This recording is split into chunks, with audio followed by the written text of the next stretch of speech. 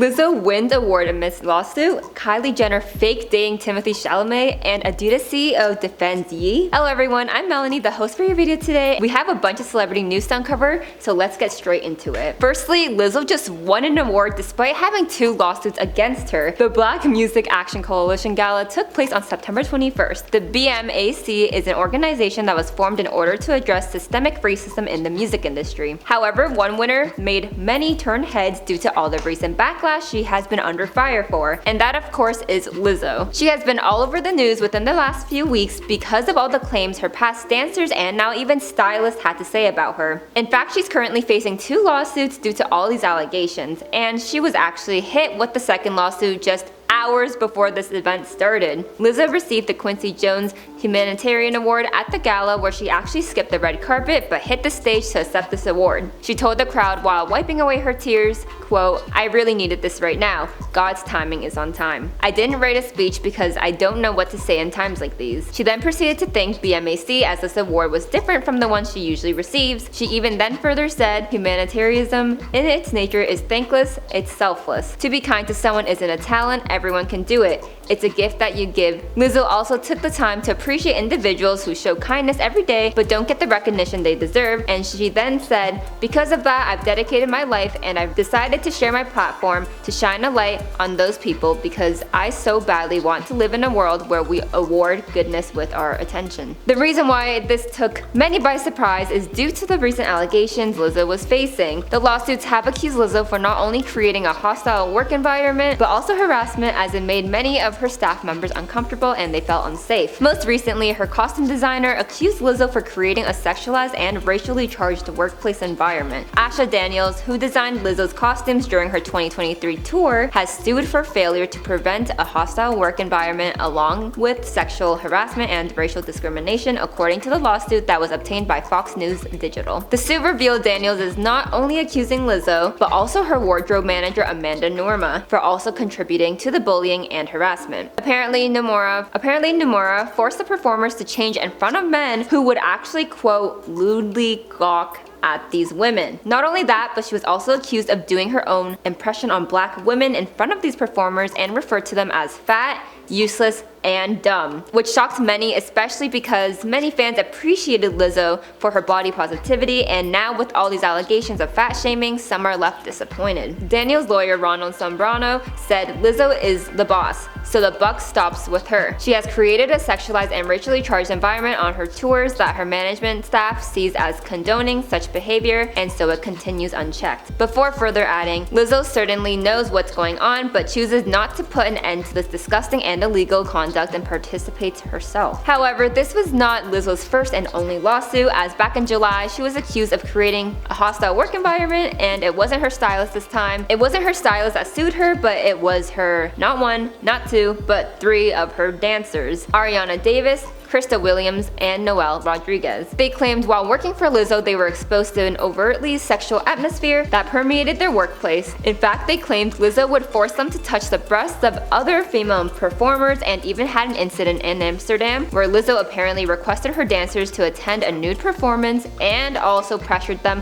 to eat bananas out of these performers' private areas. After this news broke out, a resurfaced video of Lizzo showing interest in these banana adult shows was released, as she spoke about it in a 2019 interview. And because Lizzo is their boss, many of them were scared to come forward with their claims, as one former dancer stated, "So many performers have heard about how lucky they are, how so many people want to do what they are doing, and that they are replaceable." The power dynamic played a role, as these women were afraid to face any repercussions if they didn't listen to Lizzo. However, these are all currently just allegations, as nothing has been finalized in court as of now. What are your thoughts on Lizzo winning this award, and what do you think about these lawsuits against her? Let's move on to our next story that has fans split. We all know many fans were shocked when rumors started circulating that Kylie Jenner and Timothee Chalamet were dating. The rumors began in April of this year, as some spotted the 2 on a secret taco day in Santa Monica. There were also photos of Kylie's Range Rover outside of Timothee's Beverly Hills home, which sparked all these rumors for the past few months. However, the 2 officially confirmed their relationship publicly on September 4th at a Beyonce concert. Fans had their eyes on the couple, as some even photographed the 2 two kissing and holding each other. Some people are critical and unsure if this relationship is serious, as many believe it is a PR stunt. A fan account that goes by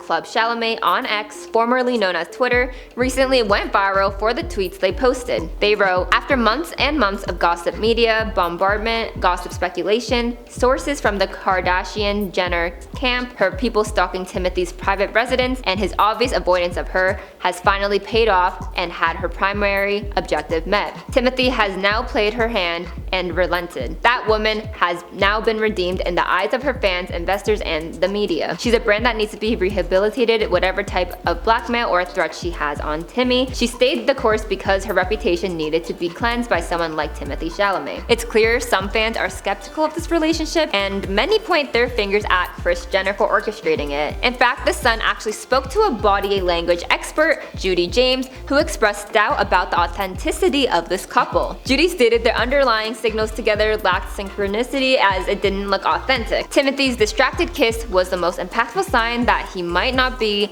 as full-on as Kylie. However, with doubt also comes fans who fully support and believe their relationship. In fact, one user on X, who goes by @FemsAvenue, wrote, "Like, I don't like the Kardashians as much as the next person, but the sheer astonishment surrounding Timothee dating Kylie and the belief that he is somehow too good for her reek of misogyny, and I don't think any of y'all want to unpack that." Many have also made memes surrounding this new couple, with fans comparing them to a Tim Burton character dating a Bratz doll. And a few days ago, Kylie was even photographed holding her phone with her screen facing the paparazzi, which revealed her lock screen. And that was a photo of her all cozy next to Timothee as he kissed her cheek. This confirmed their relationship to some fans, however, others believe this is proof it's a PR stunt. The reason being how she held her phone. The X user @SaeedDiCaprio wrote, "Love when I naturally hold my phone with two fingers at the right angle so the cameras can see the full screen," which many seem to agree with, as it has over 244,000 likes. The Kardashians are also known for their planned PR stunts, as many say the devil works hard but Kris Jenner works harder, which explains why many are still unsure how real this couple truly is. Many fans who support this couple have also been comparing Jenner's Instagram posts from when she was with Travis Scott to Chalamet. Fan edits have been circulating all over apps like TikTok, which showed Jenner's Instagram post showcasing a darker aesthetic while dating Travis, but a more light and uplifting image since she's been with Timothee. Her entire style seemed to change, from a more bold and almost baddie-like image to her recent photos that show her outside wearing a blue and white flowy cottagecore dress. But some don't think this is thanks to Timothee, but rather the quote Sofia Richie effect. Due to all the craze over her wedding this year, it seems many have been trying to seek that Sofia Richie aesthetic, and some people think Kylie's just doing that. Do you think this relationship is as serious as they are making it appear to be,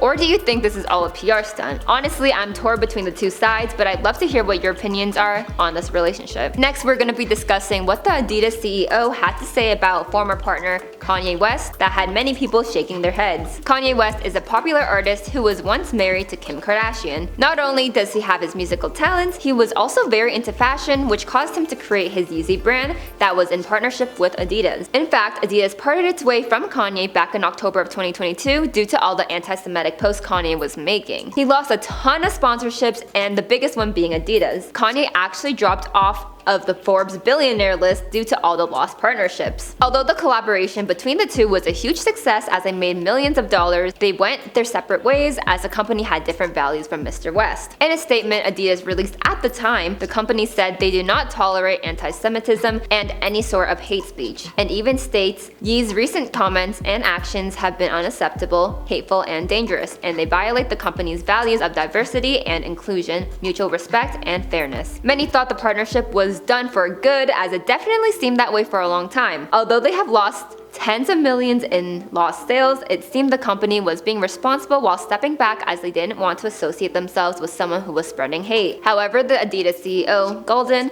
has sparked the media as he actually began to defend Kanye for the comments he made that tore the partnership apart. When he was asked about the situation on the Good Company podcast that aired on September 13th, he said, I don't think he meant what he said, and I don't think he's a bad person. It just came across that way. Which angered many people because it didn't make sense to them. I mean, Kanye publicly tweeted very obvious and harmful tweets that got him to be restricted off Twitter and Instagram, so it was pretty clear what Kanye's point was. Golden actually continued to praise Kanye as he described Kanye as one of the most creative people in the world, not only in music, but what he calls street culture as well. Another spokesperson from Adidas confirmed the partnership will not be brought back as it has been severed. Quote, ending the partnership was appropriate. As he also faced a ton of backlash for wearing a White Lives Matter t-shirt to Paris Fashion Week and even dressed his black runway models in the same shirt. It's clear Kanye has a controversial past, but his ex-wife Kim Kardashian has told the public that Kanye has bipolar disorder, which causes mood swings, but many don't think this is an excuse for his behavior. Although Kanye lost a bunch of deals, Adidas has estimated they have $1.3